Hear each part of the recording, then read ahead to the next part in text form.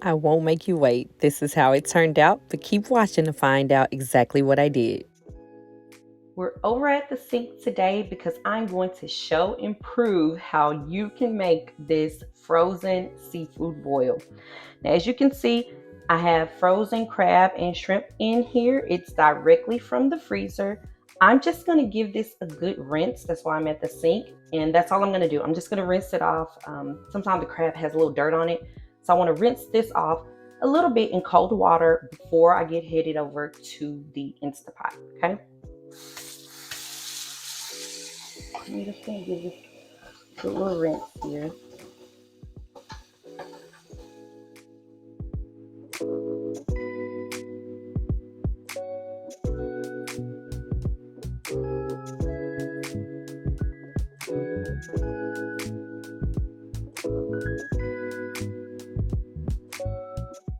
Okay, that's it. That's all I'm going to do. And then we're going to get the rest of the ingredients prepared, and I'll show you exactly how this goes. It's so easy. All right, I got my potatoes here, and I just cleaned and washed these off after the crab and shrimp. I'm going to do this in, I guess, medium size chopped, I guess you should say, about like this. This recipe was actually birthed from one of those hungry nights. My kids had ordered pizza and my husband did not want that, and so I didn't want to make them a sandwich, and I was just thinking, what can I make really quick? And then I remembered what I had in the freezer, and so we had this crazy idea and a seafood craving, like, why don't we just go ahead and try to do a seafood boil? But I literally had nothing taken out of the freezer, and then I actually found corn in the freezer, which worked out perfectly. But this is one of those 15-minute dinners for sure. Cut the piece off. That, if you don't have time to cook dinner and you keep a stocked freezer, you can pull this together really quickly. I mean, you can really put this together quicker than you can even think about calling Domino's. All right, so that's all the potatoes. The only other thing I'm going to do is just chop a lemon, because I'm going to add the juice of this inside. All right, and then I will meet you over to the Instapot. Here is the fun part. Let's get all this in so we can get the cracking. The first thing I'm going to do is go ahead and add my trivet into here, and then I'm going to add water. I will list the full ingredients, of course, in the description, along with the full recipe. A link to that will be listed as well. And while you're doing that and waiting for me to put everything else in, go ahead and subscribe to this video so you can get more ideas just like this one. All right, I'm gonna go ahead and get my crab in first. Let's see. Just trying to think about how I'm gonna get it all to layer in.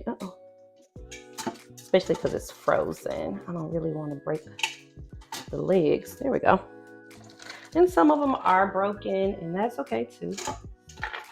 Throw that in. That's what happens when they're frozen. And these have been in the deep freezer. And I got my shrimp, and it's still frozen. Now, what I'm gonna do is just add one layer of seasonings prior to adding everything else. So here I have my bay seasoning.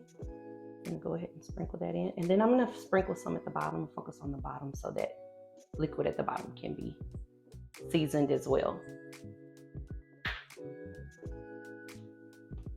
All right, now I'm gonna add my corn, and as you can see, this is frozen corn as well.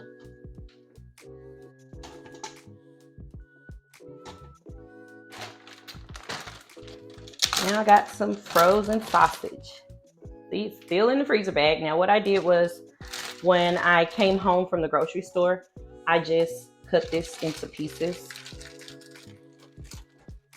I knew it was gonna be hard to get this to fit whole inside of my Instant Pot, so went ahead and did that. And it's frozen though. Okay. And then next thing, we're gonna add those potatoes. Okay. Now I'm gonna squeeze in my lemon juice.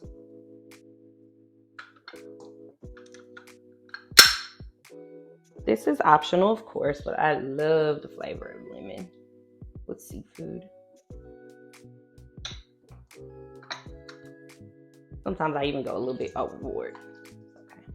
All these seasonings can be changed out depending on what you have and what you like. This is what I have and what I like. So, and again, I just want to make it simple. So here we go with some lemon pepper.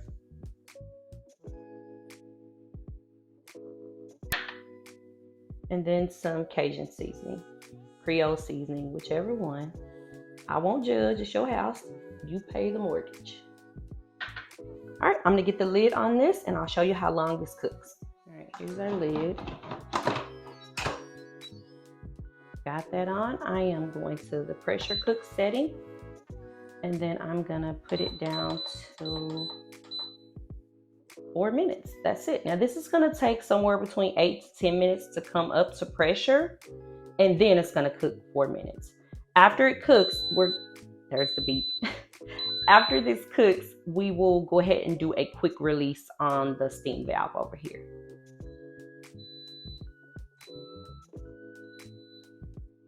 It is done. I'm gonna go ahead and release the valve, and that'll take a few minutes as well.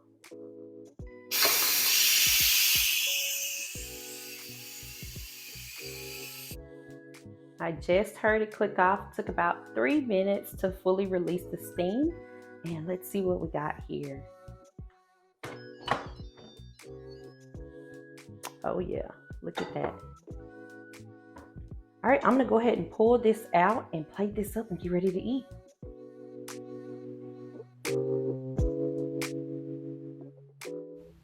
This one right here is a game changer.